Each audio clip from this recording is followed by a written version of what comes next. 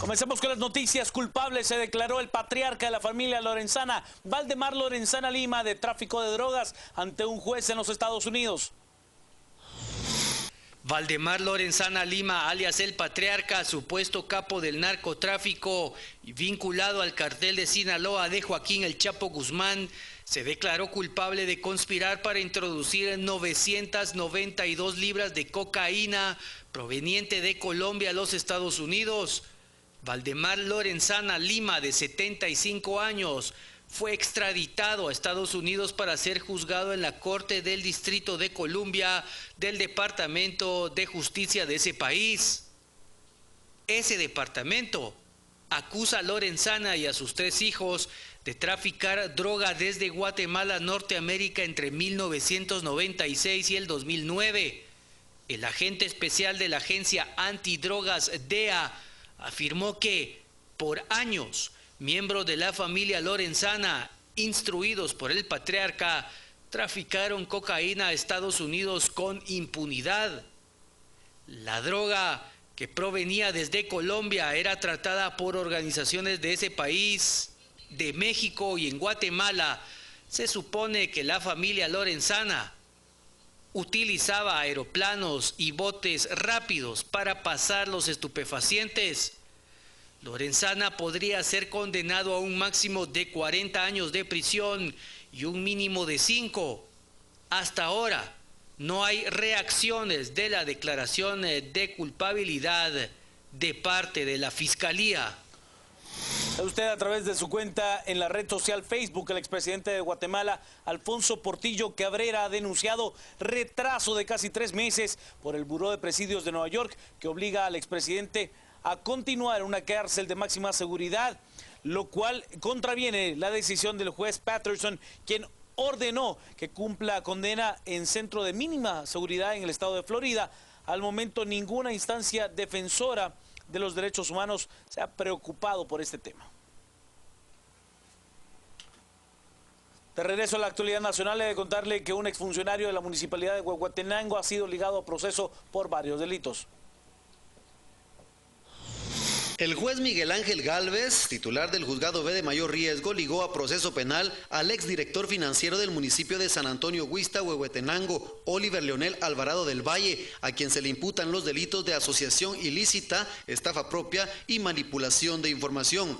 Según las investigaciones del ente acusador, el sindicado habría cobrado 71 cheques con montos monetarios de 9,000 a 11,000 quetzales, consumando así una estafa de aproximadamente 700,000 quetzales, hecho cometido en el lapso que transcurre de abril a septiembre de 2012. El dinero tenía que ver con obras municipales. Oliver del Valle fue denunciado por el alcalde de Huehuetenango, Magnolio Edelmar Camposeco Castillo, siendo esta en contra de 10 personas presuntamente involucradas, de quienes 6 ya fueron absueltos por falta de pruebas y 3 más, estas tienen orden de captura. Los magistrados del Tribunal Supremo Electoral están a la espera de un informe del Ministerio de Ambiente sobre la contaminación visual y auditiva generada por la campaña anticipada de los partidos políticos. El objetivo, hacer que paguen por la misma. Los magistrados del Tribunal Supremo Electoral solicitaron al Ministerio de Ambiente y Recursos Naturales que realice un estudio de impacto ambiental. Esto debido a la propaganda que han realizado las agrupaciones políticas en algunas piedras y árboles de las principales carreteras del país. La petición se realizó conforme el acta número 16-2014, que se celebró el pasado 7 de mayo del presente año, donde tuvo el dictamen favorable de todos los magistrados, tal como consta el punto 12 que cita: solicitudes de apoyo a la ministra de Ambiente y Recursos Naturales y al director país adjunto del Programa de Naciones Unidas para el Desarrollo PNUD, para que se designe una persona experta en materia ambiental, que apoye en la realización de un estudio en cuanto a la contaminación auditiva y visual que genera la propaganda de las diferentes organizaciones políticas.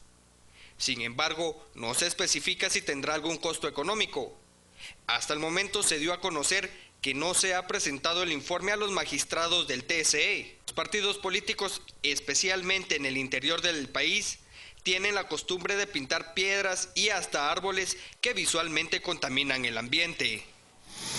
Momento de la pausa. Al regresar, más noticias. Quédese con nosotros a las 8:45.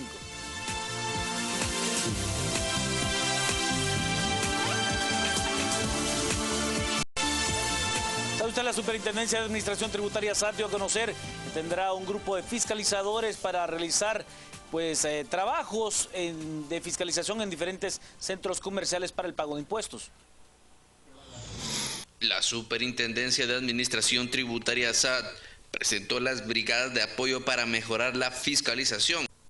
En total, son 60 trabajadores de diferentes áreas que cubrirán sectores económicos que no se han podido fiscalizar y de esta manera reducir la brecha fiscal. El superintendente agregó que verificarán que los establecimientos estén inscritos ante la SAT y que su domicilio fiscal sea el correcto. Las brigadas de apoyo es por todo el tiempo, pero obedece a picos nada más. Por ejemplo, son estacionarias, no son de todo el tiempo. Yo les ponía de ejemplos a ellos cuando se da el bono 14 o se dan los aguinaldos, por ejemplo, que el comercio crece.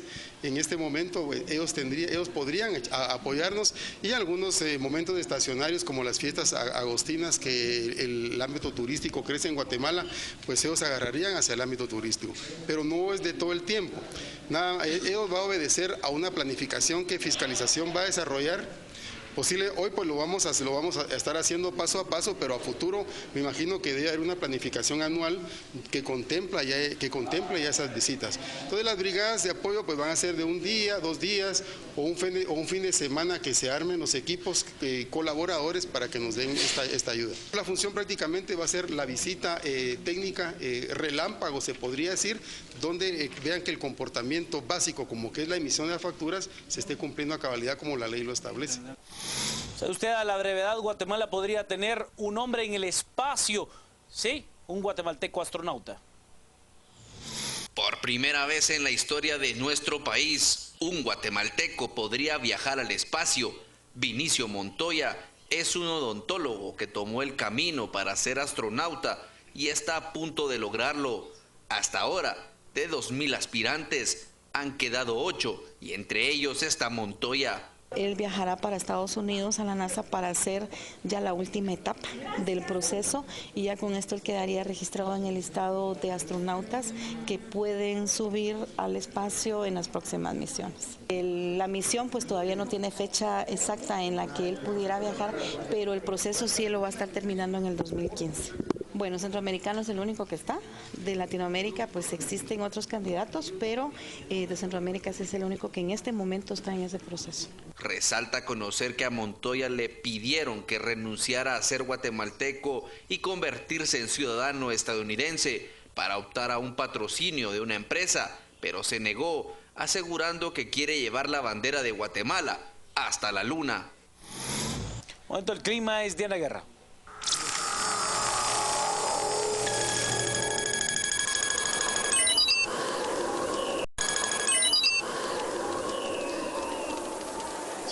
Sigamos con las noticias. He de contarle que el Ministerio de Gobernación dio una conferencia de prensa referente a los enfrentamientos que se dieron desde el pasado jueves entre comunitarios de Alta Verapaz y elementos de la Policía Nacional Civil. El jefe de la cartera del Interior, Mauricio López Bonilla, dio a conocer que, producto de llevar a cabo un desalojo y órdenes de captura, casi 15 agentes de la Policía Nacional Civil resultaron heridos. Asimismo, más de 10 armas de fuego están en poder de comunitarios de aldeas de Alta Verapaz. Entonces, nuestro estado de fuerza también de este lado es que tenemos 5 heridos en el desalojo, 2 de ellos de suma gravedad. Tenemos 9 heridos en los sucesos de Semocosh. Tenemos 10 armas que fueron robadas, 11 armas con la bocash que fueron robadas y aún no aparecen, y esa es la contabilización de los hechos que tenemos hasta hoy. El ministro también da a conocer los nombres de 2 de los líderes que secuestraron a los policías y le robaron las armas. Pues logramos identificar a las personas responsables de haber dirigido el secuestro de los policías en Rayujá, y estamos aparte de las declaraciones de los policías que fueron secuestrados, obviamente estamos enderezando las acciones, las denuncias correspondientes. Son los señores Pedro y Mario Ical, son los responsables de haber liderado el secuestro de los policías.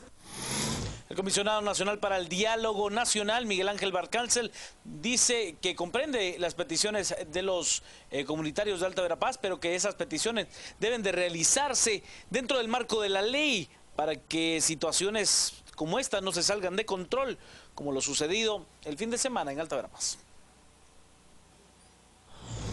Hay que comprender y entender a la sociedad guatemalteca y ponerse del lado también de la gente. Eso lo reconocemos. Nosotros somos una sociedad acostumbrada, por efecto del paternalismo, por efecto del presidencialismo que hemos vivido, a resolver las cosas por las malas, a tomar las carreteras para que nos escuchen, porque carecemos de medios de intermediación que le permitan a la población ser muy explícita, ¿sí?, y plantear sus demandas reales. Pero esa es la voluntad gubernamental, poder ir al encuentro de esos espacios. Sin duda, en el fondo hay intereses. Los intereses son legítimos, pero la lucha por esos intereses tiene que tener y estar en el marco de la legalidad. Eso es trascendente. Hasta aquí con las noticias, por supuesto todo el análisis, el debate y la interacción a través de las redes sociales a las 10 p.m. Esta noche Estuardo Zapeta y Ana Lucía Mazariegos en el análisis. Antes lo dejo en muy buena compañía, las entrevistas a cargo de Paolo Hurtado y Enrique Godoy García Granados. Muy buenas noches. Estamos en cada momento de tu vida. Estamos de regreso acá a las 8:45 este día lunes, sustituyendo nuevamente a Juan Luis Font y acompañando a Paola Hurtado. Quique, buenas noches. Bien, muchas gracias. ¿Todo bien? Perfecto. Vamos a empezar a conversar un poco acerca de conflictos en la misma jurisdicción, en el mismo departamento, pero no vinculados al mismo tema. Para hablar de estos temas nos acompañan hoy acá Carlos Barrientos, quien es secretario ejecutivo del CUC, el Comité de Unidad Campesina, y nos acompaña también Luis Velázquez, quien es mediador en el tema de la hidroeléctrica de Santa Rita. Vamos a hablar de temas similares o que están en una misma región, pero no todos vinculados necesariamente al tema de la hidroeléctrica Santa Rita. Así que vamos a comenzar. Y le voy a pedir tal vez justamente a Carlos que hablemos un poco acerca y que expliquemos los 3 incidentes diferentes, digamos, en términos generales, que se dieron en Alta Verapaz y ¿de qué estamos hablando? Bueno, estamos buenas hablando... Noches, bienvenido. Buenas noches, bienvenido. Buenas noches y... Bienvenido, Carlos. Es un gusto estar aquí con Igualmente. ustedes. Estamos hablando, por lo menos desde nuestra óptica, de un ataque en contra del pueblo quechí de Alta Verapaz, porque se dan simultáneamente una serie de hechos a partir del 14, 15, 16, supuestamente para el desalojo de una comunidad que nosotros conocemos como 9 de febrero, que está en lo que son terrenos donde se pretende construir parte de las instalaciones de una hidroeléctrica. Ahora, ¿por qué decimos que es un ataque en contra del pueblo? Porque contra una comunidad de alrededor de 50 familias movilizaron centenares de efectivos. Nuestros estimados es que fueron más de 1000 efectivos de lugares tan distantes como Retauleo. Parecía que fueran los peores criminales que existían en Guatemala y que hicieron una movilización tremenda. Pero simultáneamente también se da hay órdenes de aprehensión contra líderes de Codeca en Rayujá. Ahí resulta que capturan a unas personas, otras comunidades salen a protestar y en uno de esos lugares, que es Amococh, la policía arremete contra la protesta que se tenía y con el saldo de 3 muertos. Los datos que nosotros tenemos es que hay 47 capturados, una cantidad similar de heridos, más de 50 personas con órdenes de captura. Además de eso, quemaron casas. También lo que hicieron fue robarse alimento de la población, que esa fue la policía, y una violación de derechos y de protocolos que deberían de haber establecido que no lo respetaron. Carlos, antes de que hable Luis, para que nos explique desde la perspectiva de la hidroeléctrica Santa Rita, solo para completarle el panorama a la audiencia, en los primeros incidentes que usted nos ha descrito es donde por un desalojo de una comunidad asentada en terrenos de un finquero y el proyecto de Santa Rita, y donde hubo los incidentes que resultaron 11 policías heridos y robo de armas es en los de Rayujá y Amococh, que es una comunidad que queda en jurisdicción de Chisec, camino a Rayujá. No es por hidroeléctrica, es por órdenes de aprehensión contra líderes de Codeca por uso del fluido eléctrico sin que pase por la distribuidora de energía de Energuate. Es por supuestamente órdenes contra líderes de Codeca, efectivamente, y la reacción de la población en solidaridad con ellos. Luis, ¿cuál es la explicación que dan ustedes del otro lado? ¿Qué pasó el jueves, viernes y sábado en los terrenos de la hidroeléctrica? Buenas noches, gracias por la invitación. Muy importante la aclaración que hace el señor Carlos Barrientos del CUC, que son eventos totalmente distintos. En el caso de Santa Rita es importante señalar que hay 30 órdenes de captura contra gente que ha cometido asesinatos, contra gente que amenaza a los comunitarios, donde hay bloqueos, donde cobran un peaje de forma ilegal en la comunidad de Monte Olivo, y en donde el 9 de febrero de este año hubo invasiones de personas que fueron traídas del área de Izabal, del área de Petén y del área del Polo Chic.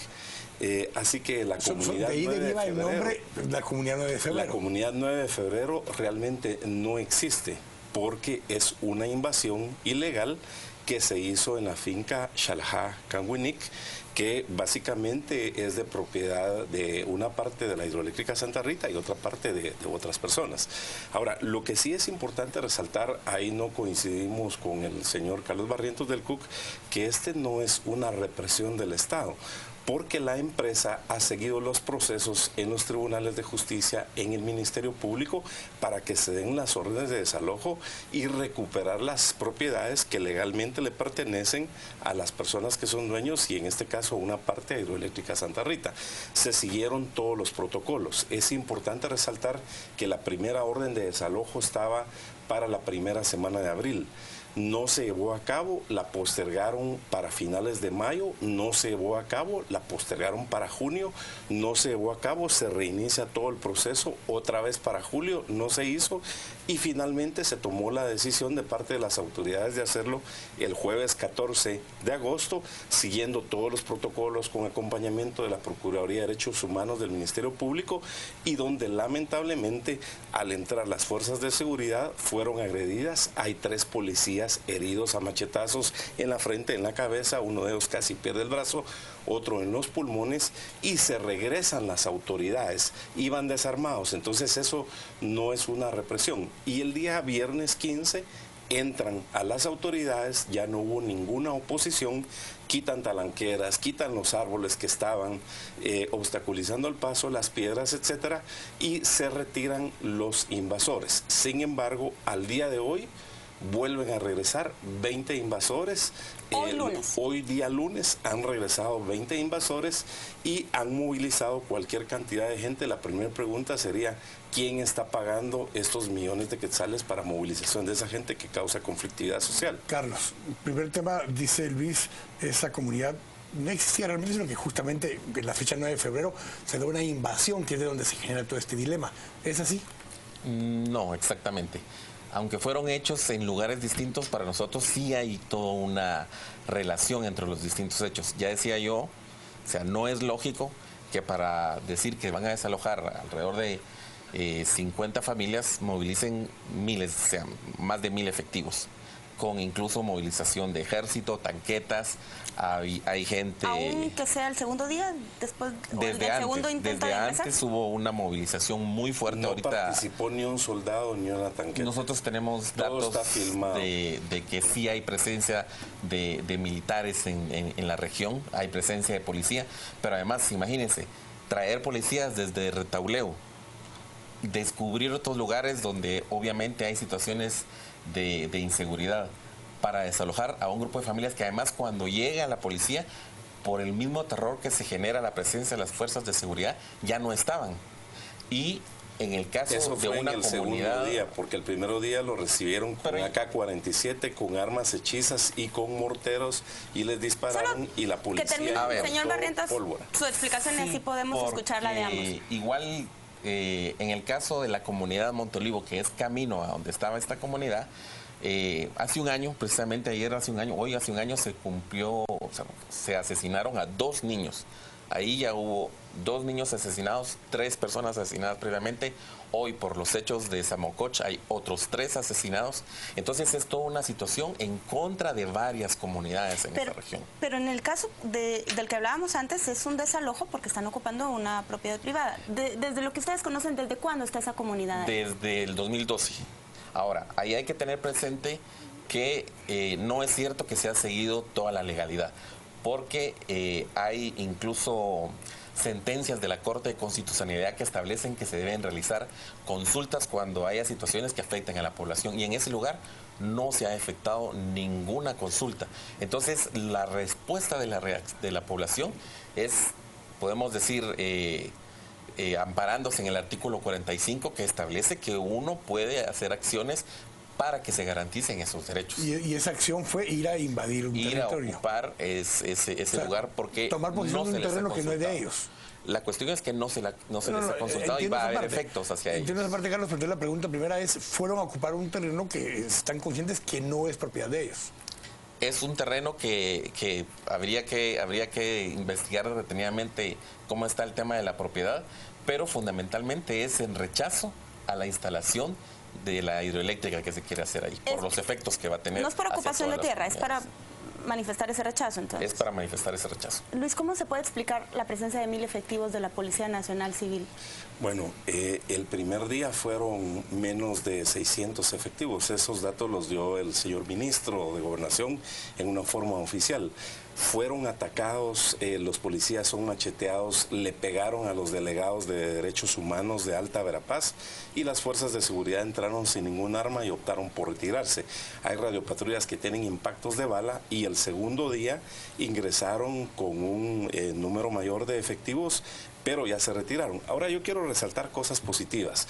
La hidroeléctrica el día 30 de julio firma en Palacio Nacional con 18 comunidades, con la municipalidad y en presencia de la comunidad internacional, más de 250 personas, un convenio de cooperación voluntario para 20 años. Eso concretamente significa un monto efectivo para proyectos de educación, proyectos productivos, salud, introducción de agua para las 18 comunidades, donde ellos tienen voz y voto, y además se puede renovar para 100 años más. Adicionalmente, la empresa ha estado invirtiendo en proyectos de responsabilidad social empresarial. Todo lo que ha hecho la empresa lo ha realizado dentro del marco de la ley. No hay ninguna sola violación que la empresa haya hecho, porque en este momento no tiene ningún juicio pendiente la empresa. Carlos, cuando escuchamos estas discusiones y vemos comunicado de la Conferencia Episcopal, justamente hace un poco más de un mes, donde la misma Conferencia Episcopal plantea que es importante que se puedan llevar a cabo hidroeléctricas, que es una forma barata, una forma limpia de poder hacer energía eléctrica y que es algo indispensable para el desarrollo del país. Y plantean que es necesario poder generar las condiciones para que haya ese entendimiento de parte de las comunidades. Eso es lo que plantea la Conferencia Episcopal en esto.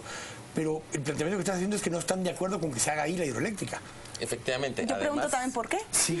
Miren, aquí hay que tener presente primero que los hechos del fin de semana es la prueba más clara de que ese convenio que se habla está en papel. No es cierto. Si no, no hubiera sucedido lo que sucedió. Uno. Segundo, también hay que tener presente de que en el caso de el argumento que se ha dicho de que las hidroeléctricas van a servir para el desarrollo de las comunidades, eso tiene sus bemoles. Si no, veamos, por ejemplo, en el caso de, preguntémonos por qué, en el caso del área Ixil, hay 60 comunidades que no tienen energía eléctrica y resulta que lo que se genera ahí es superior a lo que se consumiría. Hay datos está la hidroeléctrica y toda la problemática que se vio en Río Negro, donde hay comunidades que después de un montón de años no tienen energía eléctrica.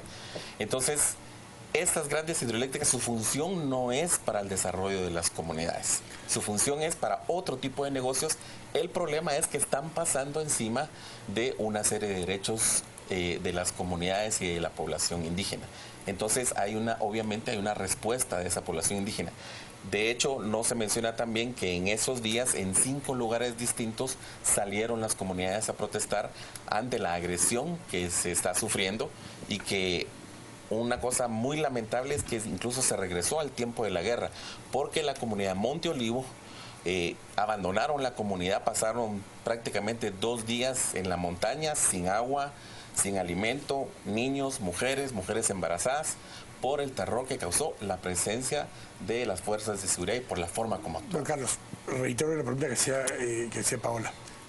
Una cosa es que no haya interconexión, y otra cosa es que se opongan a la generación de proyectos hidroeléctricos, porque en todo caso protestar para que se interconecte la electricidad es una cosa, pero protestar para que no se lleven a cabo proyectos hidroeléctricos es una cosa diferente.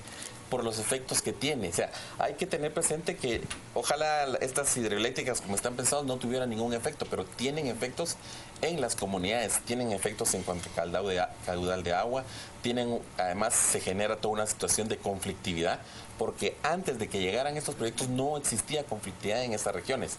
No hay una oposición a que haya electricidad, porque de hecho hay proyectos donde hay pequeñas turbinas que son directamente utilizadas por las comunidades sin ninguna intermediación. Pero el problema acá de la energía eléctrica es de que se está levantando toda una infraestructura que no es para los guatemaltecos y guatemaltecas. Yo tengo una pregunta para Luis. Usted fue ministro de Economía y quisiera que, desde su opinión, ¿cuál es la lectura que usted le da a estos hechos de los últimos 4 días? Yo encuentro particularmente que no es casualidad. Hay un conflicto por un proyecto de generación de energía y otro por distribución de energía. ¿Qué es lo que usted ve en las Verapaces y cuál cree usted que es la viabilidad de limar esas asperezas? Conozco todo el país, conozco las comunidades, conozco sus necesidades, soy pro desarrollo integral de las comunidades. Lo que sucede realmente es que hay bastante desinformación y hay organizaciones que están promoviendo la conflictividad social. Hay algunos países del exterior que están financiando porque quieren que nos mantengamos en el subdesarrollo. No es posible que en pleno siglo XXI haya gente que esté promoviendo que las comunidades se opongan, que bloqueen carreteras. Lo que decía el señor Carlos Barrientos de que hay muertos en esas comunidades, lamentablemente, inclusive por eso es que hay 30 órdenes de captura pendientes donde han asesinado a algunas personas en las comunidades, donde los han linchado por gente que quiere el desarrollo de las comunidades. ¿Cómo es posible que alguien se pueda oponer a que haya una hidroeléctrica que sea socialmente responsable, que voluntariamente esté apoyando el desarrollo de 18 comunidades, que esté promoviendo que llegue el Estado, que llegue la institucionalidad, que se invierta en salud, en educación, en proyectos productivos, en seguridad alimentaria? Eso nadie lo haría en su sano juicio si no tiene intereses personales. Entonces, cualquier persona que quiera el desarrollo de Guatemala debería de apoyar las hidroeléctricas y el desarrollo de las comunidades como lo está haciendo Hidroeléctrica. Carlos, socialmente responsable no es asesinar a niños, por ejemplo, como hace la hidroeléctrica no ha asesinado a nadie, sino entonces procesen a quien ustedes de la hidroeléctrica. Carlos, me dio una curiosidad un tema que planteabas. Dices pequeñas hidroeléctricas, esas se llaman hidroeléctricas a filo de agua, que probablemente puedan ser utilizadas por comunidades. ¿Se han instalado algunas? Y si se instalaron, ¿quién ha proveído esas pequeñas hidroeléctricas? Muchas veces han sido esfuerzos de las comunidades. Por ejemplo, en la zona Reina hay una comunidad de 31 de mayo donde hay una turbina que utilizan para darle energía eléctrica a las comunidades que están alrededor y que eso va directamente hacia las comunidades. ¿Algún proyecto que proveyó la turbina? ¿O que provee esas turbinas? Fue el esfuerzo de los mismos comunitarios. Ahora, no es lógico pensar de que hay países y países del primer mundo que están interesados en tener a Guatemala en el subdesarrollo. Ese es un argumento que cae por su propio peso, porque además son países que pues tienen un nivel de vida distinto. No tienen ninguna razón de decir, bueno, mantengamos a los guatemaltecos en una situación de atraso, porque eso, ¿para qué les serviría a ellos? No les serviría para nada. La situación, como les decía, es que toda esta instalación que tiene que ver con hidroeléctricas, tiene que ver con el cableado eléctrico, tiene que ver con la instalación de torres, está violentando derechos colectivos. Y aquí es una cosa que es importante que se comprenda, porque recuérdense que las comunidades indígenas han sufrido una serie de despojos. Y lo que están haciendo es, a los últimos lugares donde llegaron las comunidades, ahí se está llegando y se está pasando encima de ellas y no se está respetando la ley. ¿Por qué nosotros afirmamos que no se está respetando la ley? Porque la misma ley dice, la misma Corte de Constitucionalidad, como yo les mencionaba, establece que debe ser parte del bloque constitucional la consulta a la población, la consulta a las comunidades. Si no hay consulta, ¿qué pasa? Se dan este tipo de situaciones como las que se han dado. Pero ¿cuál es en Alta Verapaz y en la otros solución lados. que ustedes proponen ahora? Uno es, primero, que el Estado guatemalteco no actúe parcialmente, porque dicen, bueno, cumplimos con la ley, estamos actuando conforme a la ley, pero esa otra parte que tiene que ver con derechos es una parte que como que se olvida. Entonces, primero, que el Estado guatemalteco actúe en forma imparcial y no en favor de las empresas. Segundo, que también la acción que desarrollen sea para proteger estos derechos. Yo les decía, ¿cómo es eso? Que desde Retauleo, por ejemplo, se movieron patrullas para este desalojo, para desalojar a medio centenar de familias. ¿Y qué pasa con la seguridad en otro lado? Entonces, ¿al servicio de quién está esto? Luis, una pregunta que decía Carlos, que creo que en todo caso sería válida, es si hay ese convenio. ¿Se ha cumplido con todo lo que se había convenido originalmente y los proyectos y las acciones que se iban a llevar a cabo de parte de la hidroeléctrica de acuerdo a lo que estaba convenido? Sí, no, si se hubiera cumplido no hay esa situación. Definitivamente, el convenio se ha firmado con 18 comunidades. Las personas que llegan a oponerse es gente que le pagan el día, que le pagan el transporte, que le pagan la alimentación. No son de esas comunidades. No son de estas comunidades, son 30 personas locales. Ahora, lo que dice acá Carlos Barrientos, yo quisiera recordarle que cuando fui secretario de la presidencia en el gobierno anterior, propusimos en una forma responsable la reglamentación del convenio 169. Y quien se opuso a que se normaran las consultas fue el CUC, precisamente. Quemaron piñatas en la Plaza de la Constitución. De las empresas. Inclusive sacamos ese proceso de la reglamentación del convenio 169 para que fuera socializado y para que participaran todos los actores.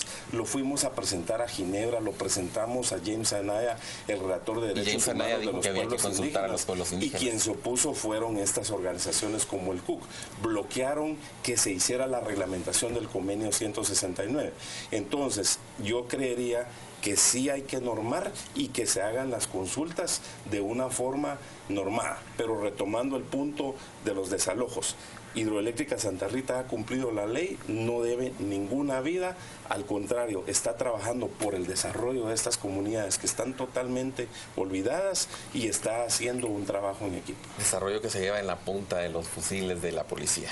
Eso no es desarrollo, disculpe. Carlos, el convenio 169 dentro de unas cosas plantea, uno, que las consultas no son necesariamente vinculantes, son un mecanismo a través del cual se traslada información y se obtienen respuestas de parte de las comunidades. Pero dos, dice que tienen que poder ser las comunidades, tienen que haber cumplido con lo que establece el artículo 1 del convenio 169, para lo cual tienen que tener cierta estructura política, de lengua, tiene que tener ciertas costumbres y mecanismos sociales que siguen vigentes, porque tiene que llenar los requisitos del artículo 1 para que le pueda ser aplicable el convenio 169. Lo llenan.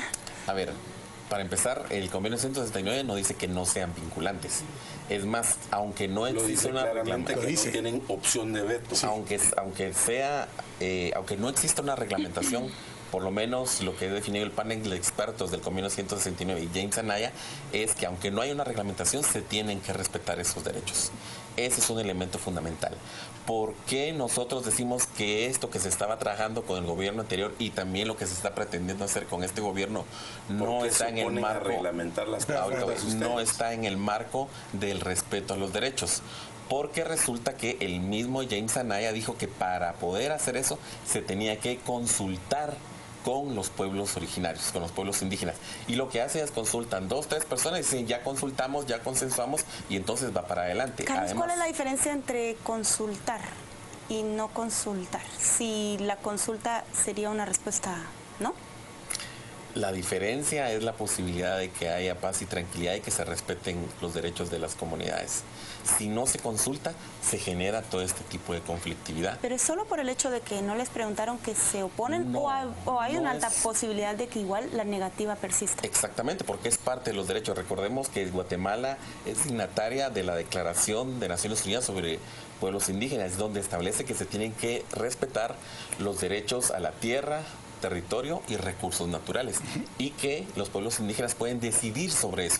El elemento central aquí es que las comunidades, los pueblos indígenas puedan decidir, y eso es lo que el Estado guatemalteco no acepta. Yo creo que ya vamos a cerrar, pero Luis, hay 3 fallecidos y 11 policías gravemente heridos. ¿Cuál es la opción ahora, en este momento, para ponerle un tope a esta conflictividad desatada en las últimas horas? Bueno, existe un Estado de Guatemala, existe un gobierno y todo tiene que hacerse dentro del marco de la ley. Lamentable las vidas humanas que se han perdido, lamentable los policías que están en estado grave en los hospitales, muy lamentablemente también la pérdida de un Estado de Derecho. Aquí es responsabilidad del Estado garantizar y mantener un Estado de Derecho para que se cumplan todos los derechos constitucionales. También la Procuraduría de Derechos Humanos, Naciones Unidas, tienen una obligación de velar por los derechos humanos, pero de todos por parejo, porque hay el derecho a la libre locomoción, hay el derecho al trabajo, hay el derecho a la propiedad privada, y si queremos que el país salga adelante, la única forma es atrayendo inversiones, generando empleos, para crear mejores oportunidades. Empresas socialmente responsables como Hidroeléctrica Santa Rita, en este caso, que son de fondos públicos, están haciendo todo dentro del marco de la ley, en plena armonía con las 18 comunidades, y lamentablemente vienen algunas organizaciones que tienen financiamiento extranjero y algunas personas de otras latitudes a soliviantar los ánimos de ellos. Gracias, Luis. Gracias, Carlos, gracias por habernos acompañado también el día de hoy. Y vamos a ir al corte. Estamos acá a las 8:45. Volvemos en un momento. Este segmento fue presentado por EXA. Estamos en cada momento de tu vida.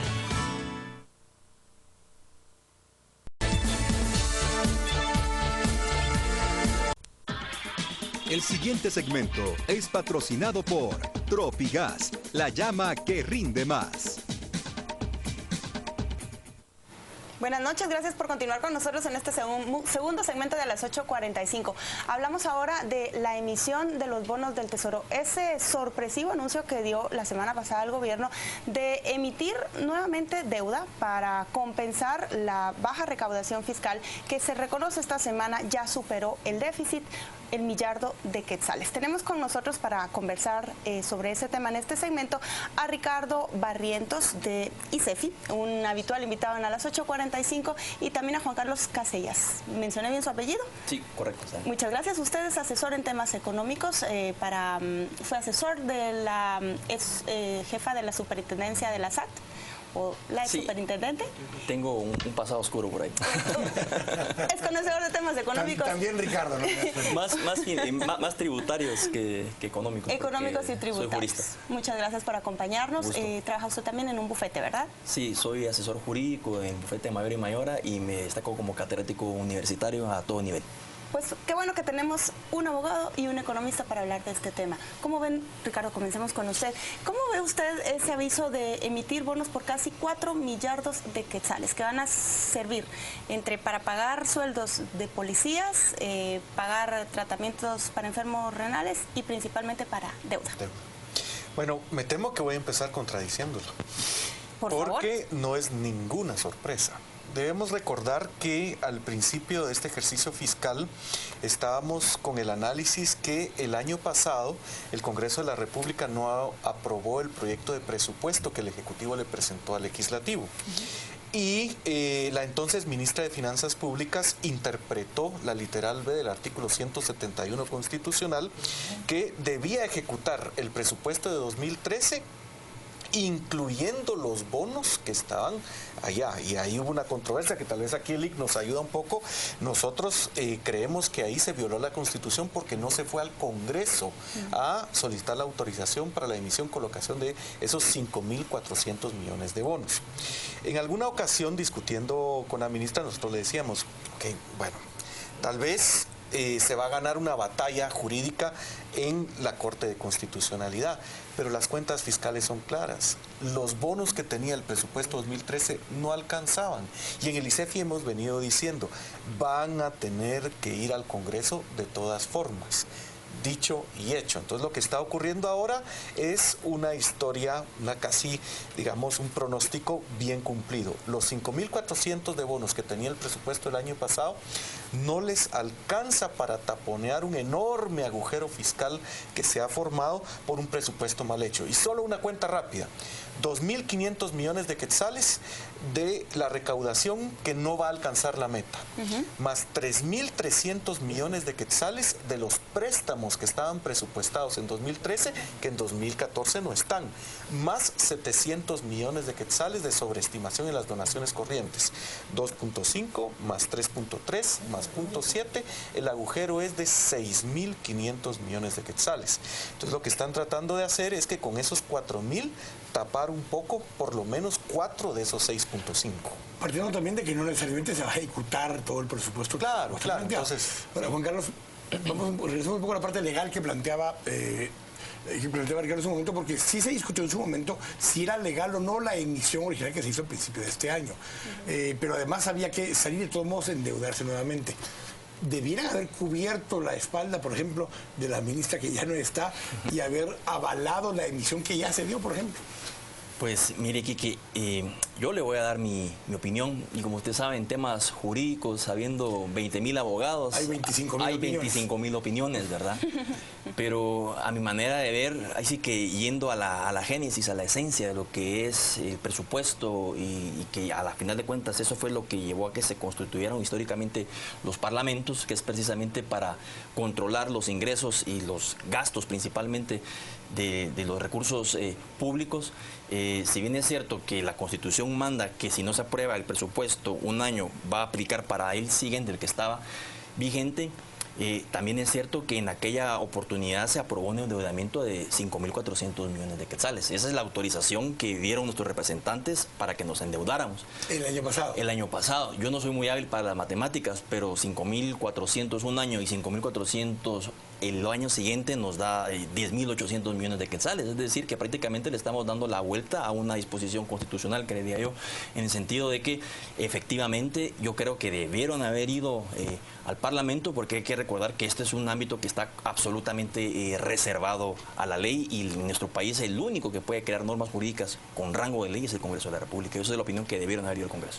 Yo me pierdo aquí con la ida al Congreso, porque si ya están cabildeando para que encontrar el apoyo en las bancadas para aprobarlo, Ricardo, ¿cuál es la previsión suya? Bueno, porque ya líder, por ejemplo, que tiene la mayoría ahora, ha dicho que no. Es un problema político que no es menor, y realmente me parece que el ministro Carías va a tener que demostrar habilidades políticas más allá de su reconocida habilidad técnica, porque el problema es que en el momento en que el Ministerio de Finanzas Públicas, ahora estoy hablando institucionalmente, independientemente de quién fungía al frente de la cartera, de alguna manera realizó una suerte de afrenta jurídica al Congreso, porque dijo: bueno, yo tengo asesores que me dicen que la literal B del artículo 171 constitucional me permite entender que la autorización de usar el presupuesto 2013 en 2014 incluía los bonos. Y por supuesto a los diputados se sintieron burlados, ¿verdad? Porque habemos quienes interpretamos la Constitución, como lo acaba de decir acá el licenciado, en el sentido de que estas son autorizaciones cada vez. Después de esta, entre comillas, burla, ahora resulta que, vuelvo a decir, tal como el ICEFI se los dijo, no les alcanzaba, no sé cuál era la idea de mostrar eso, de que podían desafiar al Congreso. Después de este desafío, y que las cuentas ya no cuadran y que en realidad necesitan más. No necesitan 4.000, necesitan 6.500, pero como no lo van a ejecutar todo, digamos que son 4.000, ¿verdad?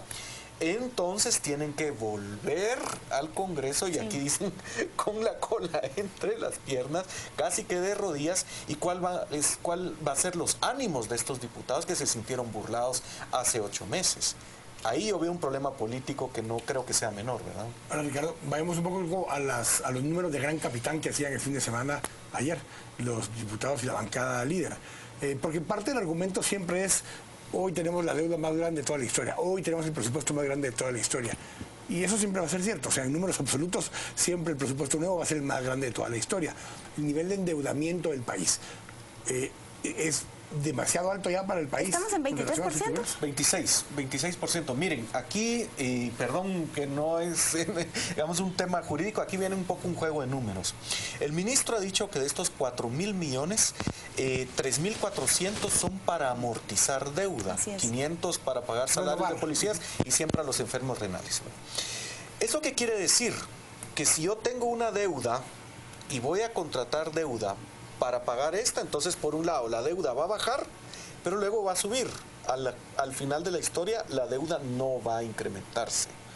Sí, el destino es como lo está explicando el ministro, que estos bonos van a seguir para amortizar deuda anterior. De hecho, ni siquiera esa parte va a subir el déficit fiscal, porque técnicamente en la jerga presupuestaria la amortización de la deuda está debajo de la línea, no se considera gasto, ¿verdad?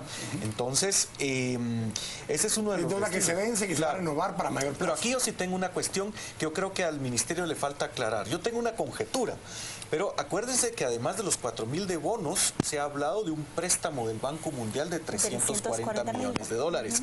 Entonces son 340 millones de dólares equivalen a 2.900 millones de quetzales. Entonces tienen 4 más 2.9, son 6.9, casi 7.000 millardos de quetzales. La pregunta del millón es: ¿se va a ejecutar todo en este 2014 o los bonos, los 4.000 de bonos son para 2014 y los 2.900 del préstamo son para 2015? ¿Cómo va a quedar el saldo de la deuda? ¿Le van a pedir todo al Congreso? Eso falta aclararlo. Y también falta aclarar algo. Juan Carlos, usted fue asesor de la SAT. Sí. Podríamos hablar ahora, y mientras tanto en el Salón de los Impuestos, ¿qué es lo que está pasando? Porque hay un déficit que ya superó el millardo de quetzales.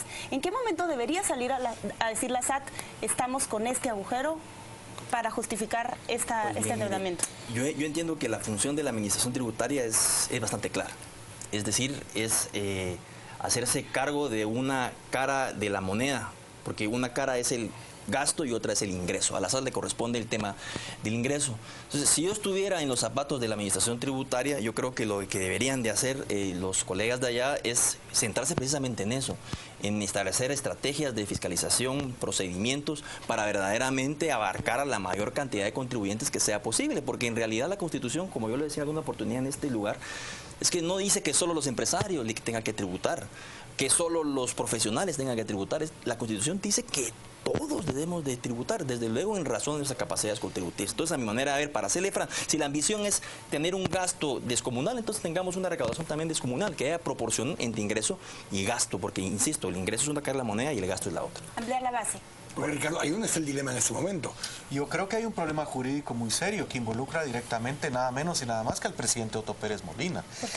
Si yo no recuerdo mal, y me corrige Lic, la literal G del artículo 27 de la Ley Orgánica de la SAT no dice el superintendente podrá, no. Dice el superintendente será, deberá. Es un lenguaje imperativo, es una orden al presidente. El presidente debe remover al superintendente cuando no se cumplen las metas de recaudación. En 2013 no se cumplieron. Y ahorita estamos hablando de que va a haber una deficiencia, un agujero de 2.500 millones de quetzales respecto a la meta de los ingresos tributarios. Ricardo, solo en defensa del jefe de la SAT, porque lo explicaba acá, su periodo del 2013 no fue completo y este no ha terminado. O sea, él un año completo no lleva en el cargo. Pero la ley se refiere al cargo, no a la persona. Entonces, la figura del superintendente es la que debe cumplir esos montos. Entonces, tendrían que estar destituyendo cada 6 meses a los jefes de SAT, porque no se llega. Y fíjese que... Y no solo al superintendente, al directorio, porque ese sí es un causal también para destituir al directorio. No, pero ahí sí dice podrá. Por supuesto, pero como ahora querían destituir al directorio, podrían destituir al directorio. No, si querían, por eso lo dijimos. Tendrían que quitar al superintendente primero y luego después al directorio. Sí. Pero sí podrían destituir a ambos. Claro. Yo entendería que es causa justificada, pero yo iría más allá, Lic, porque imagínense, si se provocó una causa justificada, ¿eso qué quiere decir? Que este personaje o este funcionario estuviese ejerciendo casi que de facto, ¿no? y todas las actuaciones que él estuviera desarrollando incluso podrían ser cuestionadas. Yo se lo digo porque yo me dedico a estos temas de litigar contra la administración tributaria, incluso este es un argumento que se puede utilizar, ¿no? Menudo problema jurídico el que tiene el presidente. Y todo el planteamiento es esto, porque Paula decía, bueno, lo que pasa es de que no llegó a las metas por X o Y razón, sí, pero firmaron el convenio. Sí, y firmaron el convenio y dijeron, no vamos a recaudar tanto. Si el presidente y el jefe de SAT. Por supuesto. Y convenio que muchas veces es eludido porque se ponen de acuerdo y lo modifican. Bueno, y muchas veces no, un par de veces. Perdón, el superintendente actual no estuvo a principio de año, pero no se nos olvide que el convenio se firmó el 1 de agosto de 2013 cuando él ya era superintendente. O sea, él estampó su firma en el Miguel Gutiérrez nunca quiso firmarlo porque sabía que no iba a llegar. Claro. O sea, la persona... No, digamos, lo importante es el cargo, pero si en todo caso vamos a la persona que estampó su firma y asumió el compromiso, lamentablemente es mi buen amigo el licenciado Carlos Muñoz, pero él ya no debería estar en el cargo. ¿Qué ganamos destituyendo al funcionario? No, eso entonces es otra cosa, pero eso es lo que dice la ley. Claro, y lo entiendo, yo también lo he cuestionado, pero viéndolo en términos prácticos, se va Carlos Muñoz, asume en interino que será el encargado de recaudación. Tienen que nombrar a un superintendente, o sea... La ley de la SAT, que es el decreto... ¿Es cuestión de la persona, Ricardo, o es cuestión de cómo funciona la SAT? Este es un debate incluso entre académicos. Por ejemplo, esta idea viene de los bancos centrales. Por ejemplo, en Estados Unidos se intentó legislar que si el presidente de la Reserva Federal no cumplía con la meta de inflación, inmediatamente se le destituía. Hay un libro de Paul Volcker que habla sobre eso. Quienes redactaron la ley de la SAT tenían una influencia de banqueros centrales. Entonces, este es una ley que en su época fue innovadora porque por lo menos este es un mecanismo de rendición de cuentas. Si no llegas a la meta, al igual que al gerente de una... ¿Qué le pasa al gerente de una empresa que no llega a sus metas de ventas? Adiós. Ahora, el dilema lo planteaba Paola ahora. No es destituir o no al superintendente, es mejorar la recaudación. Es subcontratando empresas extranjeras que vamos a mejorar la recaudación. Definitivamente yo entendería que no, pues o sea, ¿que acaso nosotros los guatemaltecos no somos capaces de gestionar nuestros propios asuntos? Yo creo que aparentemente es el momento, ¿no? Pero en opinión de los que detentan temporalmente el cargo, ¿no? A mi manera de ver, en este país hay profesionales aptos e idóneos que puedan desempeñar bien el cargo, pero acuérdense que también el recurso humano es el recurso más importante. Usted tiene que tener funcionarios realizados, identificados con la institución. Yo que tengo contacto directo con la administración tributaria, ver a sus funcionarios muchas veces, yo no los siento, por ejemplo, motivados, pues, o sea, que se sientan, digamos, identificados con la institución, con la camisola puesta. Simple y sencillamente son como robots que siguen directivas institucionales y dicen, mire, usted tiene que hacer esto y esto y esto, y el ajuste va porque va, y no importa la situación concreta del caso, esa es su instrucción, usted debe hacerla. Entonces, verdaderamente yo creo que pasa por realizar una capacitación verdaderamente al recurso humano, que es el recurso, insisto, más importante, y tenerlo motivado. Yo tampoco miro motivados a los diputados en el Congreso de aprobar el presupuesto para el año 2015, sobre todo porque es año electoral. Ay, pero no ¿Cuál es el panorama? De los diputados, que no los motivemos. Aquí nos podemos ruborizar solo del tema, ¿verdad? Ricardo, ¿qué va a pasar en 2015 si venimos arrastrando este presupuesto con bonos desde 2013? Ese es por eso que la Constitución se tiene que respetar. Porque si asumimos que automáticamente siempre vamos a tener los bonos preautorizados, ¿quién va a querer autorizar el presupuesto? Y con lo de la SAT, yo no quiero, pese a que tengo la gran tentación de reavivar un candente debate sobre cierta empresa del Cono Sur, lo que sí hay que hacer, Quique, es una reingeniería bien hecha, bien diseñada a profundidad y con toda seriedad y profesionalismo de la Superintendencia de Administración Tributaria. Cumplió su ciclo. Y yo creo, el formato, me refiero, yo creo que hay que revisarla. Hay que revisarla, hay que hacer una reingeniería. Ese creo que es el término correcto. Y yo no, digamos, cedería la soberanía sobre la decisión de qué hacemos con nuestras instituciones, pero, por ejemplo, sí... le preguntaría al CAPTAC-DR del Fondo Monetario o pediría ayuda al Banco Mundial, por lo menos que pongan la plata porque esa reingeniería cuesta plata, ¿verdad? Que den una donación ahí y que se diseñe bien y se ejecute. Y que no se la den a Colector. Y que no se la den a... Usted lo dijo. O sea, una firma así de... Efectivamente, no, y que se utilice el IC para capacitar. Pero para formar el personal. Juan Carlos, muchas gracias por habernos acompañado. Muchas gracias por la invitación. Ricardo, también. Un gusto, siempre. Vamos a corte, estamos acá en las 8:45. Volvemos en un momento. El anterior segmento fue patrocinado por Tropigas, la llama que